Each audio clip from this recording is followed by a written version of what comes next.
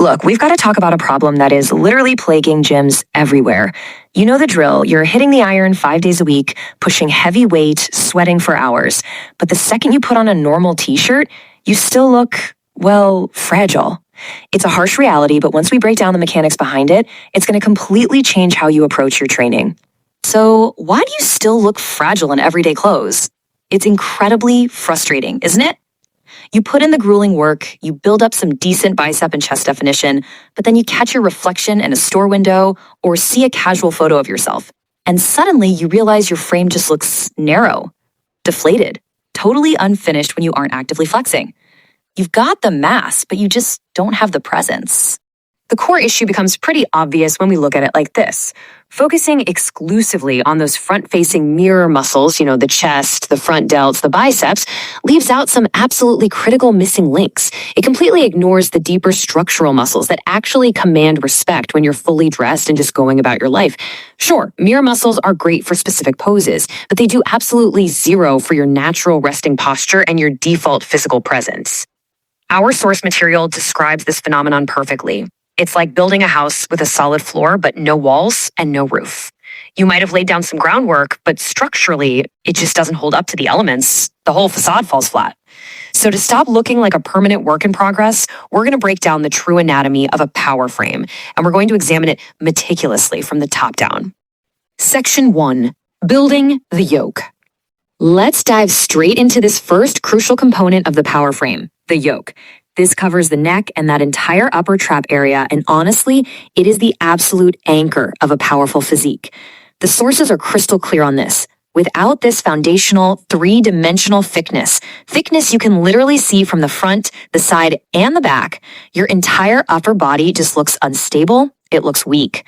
Look, it doesn't matter if you can bench press a small car. If that anchor isn't there, the whole frame falls apart. The visual imagery the sources use here is striking, and yeah, a little humbling. Without a developed yoke, you basically have a head sitting on 2 toothpicks. Or, as another source brilliantly puts it, having massive shoulders with a weak neck looks like a straw holding up a bowling ball. It's kind of comical. It completely ruins that superhero illusion. Instead of looking imposing, you just end up looking like you're wearing a padded costume that's way too big for you, with this tiny, fragile neck poking out of the collar. So, how do we actually fix this? To build real, dense thickness, you've got to perform heavy shrugs, but you have to use very specific, deliberate cues. A lot of guys get this totally wrong. They try summoning lightning, right? Just frantically jerking massive weights up and down with terrible form. You have to be deliberate. Step 1, go slow on the way up. Really build that tension. Step 2, give it a hard, intentional squeeze at the very top. Hold it there. And step 3, this is the ultimate visual test. If you aren't making your ears disappear into your shoulders, the weight is either too light or your range of motion is terrible. You're simply not getting the visual win you need to force that muscle to grow. Section 2, the back wall. This next concept hits hard because it addresses the modern posture epidemic that is actively ruining your physique, regardless of how hard you go in the gym. Modern desk jobs, constantly hunching over our phones, sitting at steering wheels, it creates this terrible collapsed accordion look. Your shoulders roll forward, your chest caves in a bit, and as a direct result, your frame immediately looks at least 2 inches narrower than it actually is. And what's worse, overtraining your front delts on the bench press only makes this worse. It further neglects the rear delts, the exact stabilizing muscles that give you that true 3D depth and actively pull everything back into its proper, broad place. To build a rock-solid back wall and fix that collapsed posture for good, you need to deliberately target the rear delts and the upper back. The sources highlight 2 essential exercises you absolutely must incorporate: face pulls and rear delt flies. These aren't just light accessory movements. They are mandatory. Why? Because they are the literal foundation for pulling your frame open.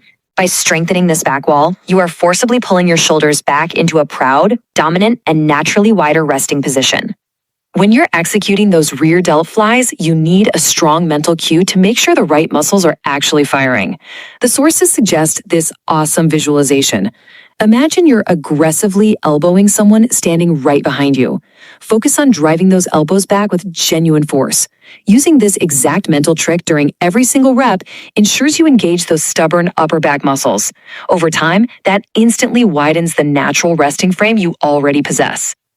Section 3, forging wrist armor. Let's move down the body and see how this builds into our third missing link, the absolute foundation of your upper body extremities. Having massive upper arms combined with tiny underdeveloped forearms creates an incomplete, almost fake visual. The source describes it perfectly. It's like wearing a superhero costume with no wrists. It immediately breaks the illusion of strength because real, functional power translates all the way down to your grip. If the chain ends in a weak link, the brain subconsciously registers the entire arm as weak.